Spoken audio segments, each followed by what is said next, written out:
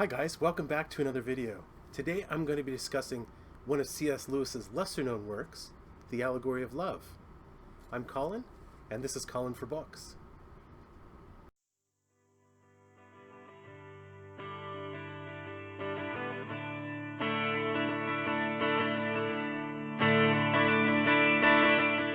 The Allegory of Love is one of the few serious scholarly works that C.S. Lewis wrote that are still readily available to general readers. The allegory was written in 1936 and was thus one of his earlier works, written around the time of, for instance, his Pilgrim's Regress. Now, Pilgrim's Regress, which isn't as well read as some of his other works, is in fact an allegory. And so it's obvious that Lewis's scholarly study of medieval literature was very strongly influencing his writing at the time. Before I get into the contents of the book itself, let me just situate Lewis as a writer. But maybe before I do that, I'll give a brief account of the reasons why I read this book. Now, I had been reading his better-known book called The Four Loves. I present a review of The Four Loves shortly, maybe in a week or two. The subject of love is something that interests me from I'm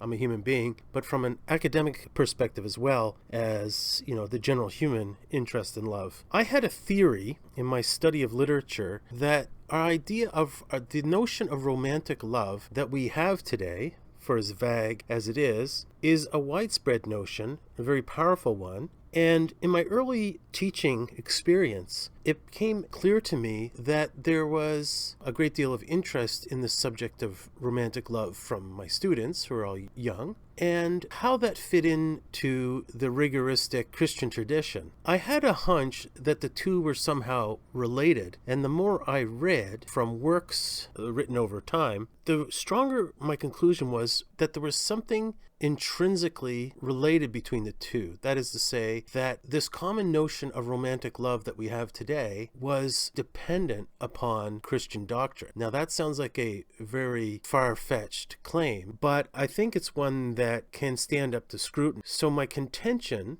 of the dependence of this notion on Christian doctrine led me to this book, to the hope that C.S. Lewis would treat of the issue. Now, I love C.S. Lewis. I love especially his nonfiction works. I like some of his fiction, including, for instance, The Great Divorce, which is kind of a fiction, and the Screwtape Letters. But I've appreciated more his nonfiction writing, especially, and my favorite still, is his later work, The Discarded Image. That's so far my favorite book by C.S. Lewis, which he wrote in 1964. The Great Divorce he wrote in 1945, and it's also one of my favorites, as well as The Abolition of Man, which he wrote in 1943. Now, what these works all have in common is the reflection of C.S. Lewis's reflections on Christianity, reflections of a scholar, but one writing for the benefit of common reader, that is to say, non-scholarly readers.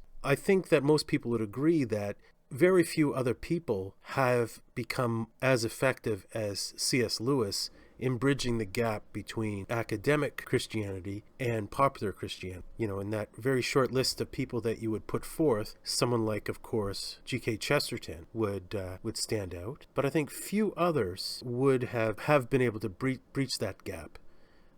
People like Bishop Sheen are more contemporary examples, but I think there have been none so effective as C.S. Lewis, first and foremost, and second, G.K. Chesterton. Now let's get into the book itself. The book that I'm reading, the version I've read, is put out by Cambridge University Press recently, and it's 450 pages long. It's a long read, and I'll discuss, what I think of that when I come to treat of the pros and cons of the book. But first of all, let's discuss the title. I've discussed a little bit about the word love, and secondarily, the word allegory. I think many of us know sort of instinctively what the word allegory means, but we might be hard-pressed to put forth a definition of the term. In general, allegory is a literary device for speaking about larger truths by constructing a story. It's not a subtle device. So, as for example, an author could be describing an unjust circumstance or could be criticizing an unjust political system through clever, surreptitious presentation. But that's not the point of allegory. Allegory is not a subtle device for sneaking messages across. In fact, the whole art depends on an overt presentation of themes and great ideas, and how characters and stories exemplify the characteristics of those big ideas. So in terms of the Allegory of Love, C.S. Lewis is looking at a tradition, a medieval tradition that passed into the early modern period, and discussing the nature, for instance, of courtly love or romantic love by looking at how characters who are either named after or are taken to represent various aspects of love and of the human condition and of the virtues and the vices, that the presentation of these things underscore and make manifest the real nature of the subject at hand. Okay, and we'll be able to see how that functions in time. So, of course, C.S. Lewis, as British writer and English language writer, concentrates on the tradition as it ends up influencing English writing, the writing of English poetry. And his beginning point, of course, are the troubadours that basically originate from 11th century France, south of France. And his point of termination is the discussion of Edmund Spencer's famous poem, The Faerie Queene. Now, of course, I mentioned that there's something intrinsically Christian about the romantic notion of love. But Lewis rightly goes back, he rightly begins his discussion of this tradition of courtly love by looking at the Roman Ovid's book, The Art of Love. Now, Ovid was roughly a contemporary of Julius and Caesar Augustus, and he was born in 43 BC and died in 18 AD. He's more well known to us today for his poem Metamorphoses, but it was his Art of Love which was more influential for the tradition we're speaking of. So if this tradition has its origin in Rome, how is it that we can call it a Christian tradition? Lewis makes the point that what Ovid writes about is not at all the same thing that the medieval poets are writing about. They both discuss love, but it's not the same notion. So the most important instances of the Allegory of Love, or the poetic tradition of the courtly romance, include, for instance, Chrétien de Troyes, who was a 12th century poet, his Lancelot, the Romance of the Rose, which was a 13th century poem, actually written by two separate authors. The first part was written in 1230, and the second part written by a separate author in 1275. Alain de Lisle was a 12th century poet who wrote in the allegorical tradition. John Gower was a 14th century poet whose Confessio Amantis, or Confession of Love, an important instance of that tradition. Chaucer, we all know Chaucer from the Canterbury Tales, was an important writer in this tradition, especially in its English vector. And finally, he mentions quite frequently John Bunyan's Pilgrim's Progress, which was a much later work, 1678, and is important. I mean, it's a wonderful and important work of its own, and it is an allegory. It's a Christian allegory, so it fits into this tradition as an allegory, but not as an instance of courtly love, courtly romance. And as I said, Lewis writes his final chapter about Edmund Spencer and his Faerie Queene. Now, Spencer lived from 1552 to 1599, and he's the real termination point and the point of chief interest for Lewis in his discussion of tradition. And I should mention as well, of course, that he mentions Dante quite often, and Dante, who's well known to us for his Divine Comedy, also wrote other things, including his La Vita Nuova, which was very much one of these courtly romances, or exemplifies the courtly romantic tradition. And finally, I should note as well that Boethius, the 6th century Christian philosopher, was important to the tradition of allegory with his very famous Consolation of Philosophy, which was an allegorical philosophical discussion. So I think most of us are at least vaguely aware of the tradition of courtly romance and courtly love and so on. And we all think of people like Lancelot and Guinevere and King Arthur as three of the most well-known characters from this tradition of courtly romance. But I think we're much less familiar with or aware of the fact that these books were written with the employment of this allegorical device. Now, when you read one of these poems today, like Gower and the Green Knight, or Quest for the Holy Grail, and even, in fact, I'll even say the Divine Comedy, there is a level here that I think that modern readers aren't familiar with, and that there's aspects of, for instance, the Divine Comedy, which are very strange to a modern reader and take some time to adjust to.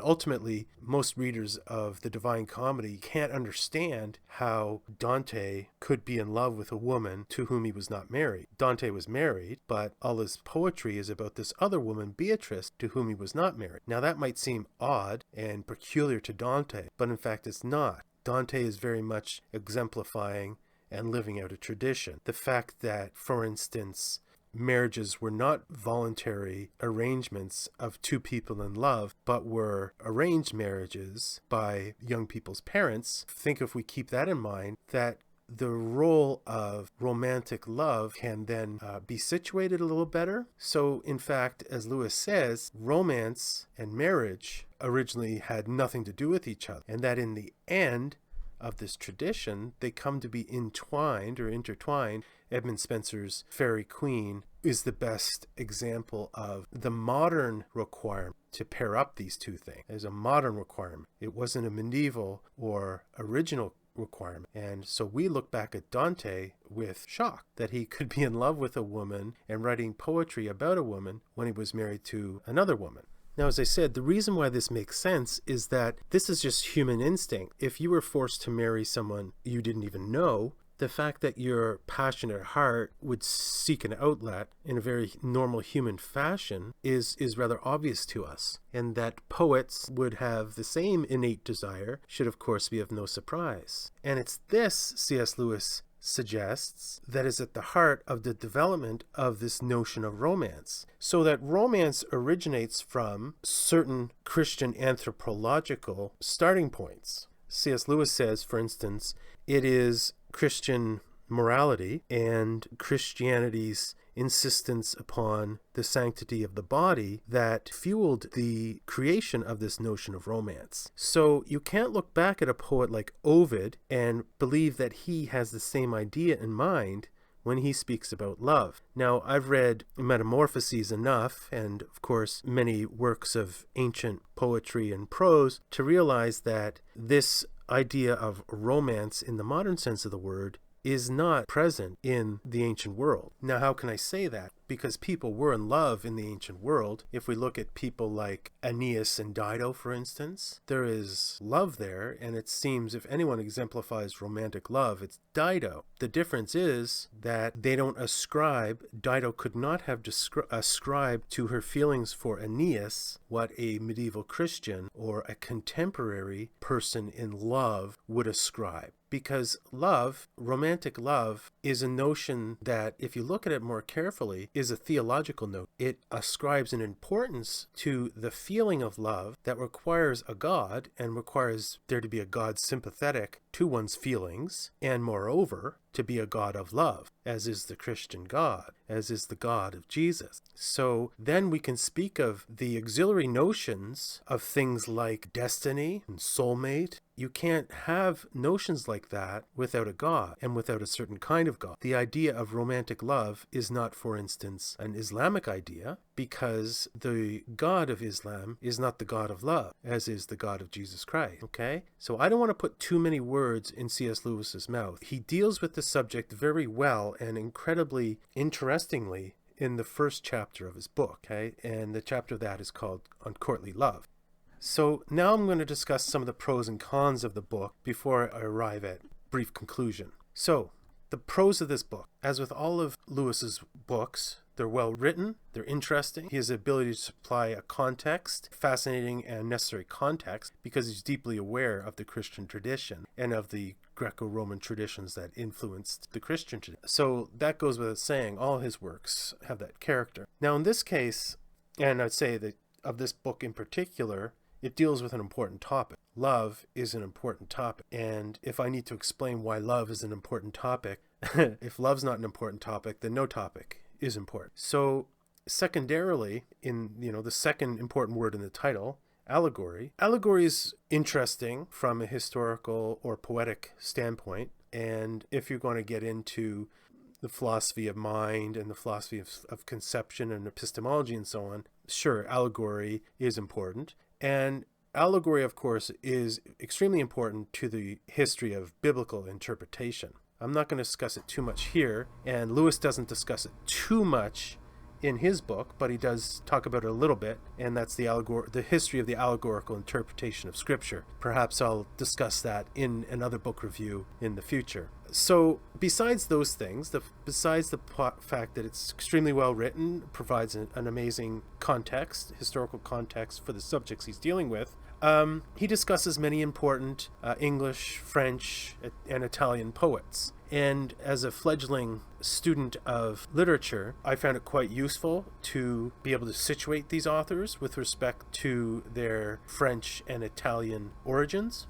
For instance, especially how it's from the southern France's troubadour tradition that we get the great works that blossomed basically into the famous works in English tradition of the Arthurian legend. And that it's from the Italians as well that, for instance, Spencer is mostly influenced. And these would include people like Dante, but also other writers as well. So now, of course, I have to discuss the cons of the book. And the most important con of the book is partly a reflection of my own interests in the subject matter and lack of interest in the subject matter.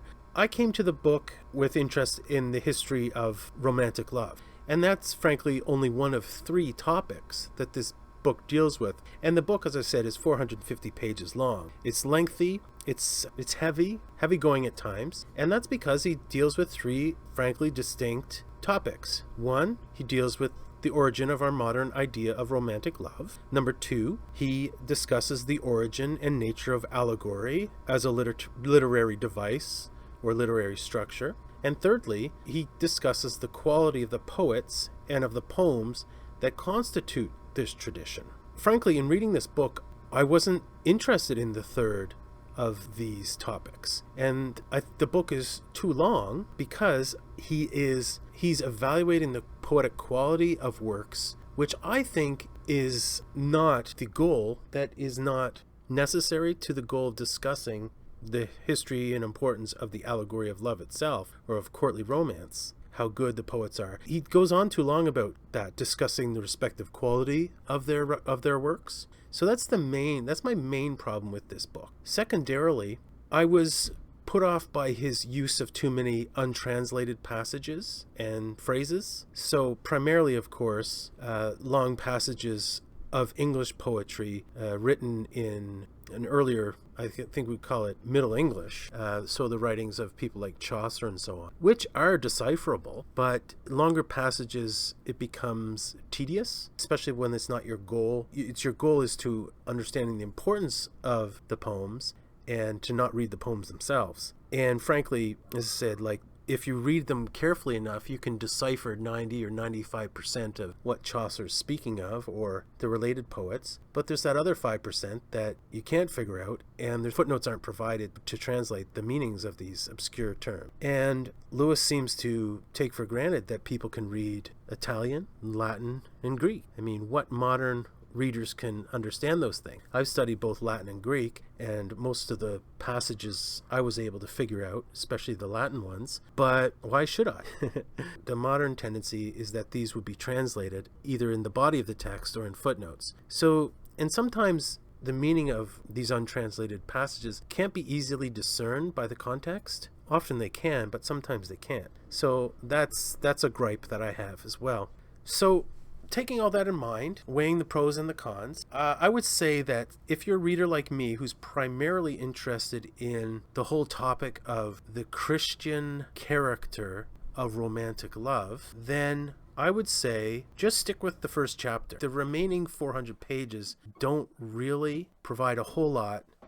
So if your goals are similar to mine, and you just like to understand the tradition of, or the Christian character, where we come up with this notion of love, it just didn't fall out of thin air, and it's not something that is commonly held by all humanity in all time and in all places, but it is an intrinsically Christian notion. So then just read the first chapter of The Allegory of Love. That's my recommendation. But if you're interested in the history of literature, then you'll be interested in the whole 450 pages. So there you go.